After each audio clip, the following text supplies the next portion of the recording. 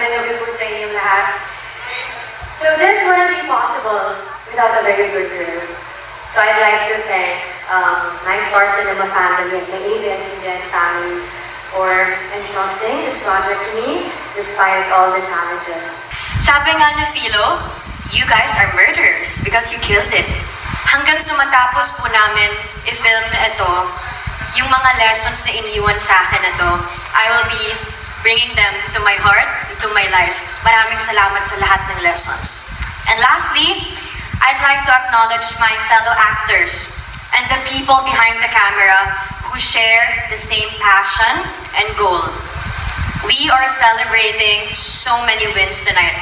And this moment is proof that together, we can keep the Philippine cinema alive. Maraming salamat po.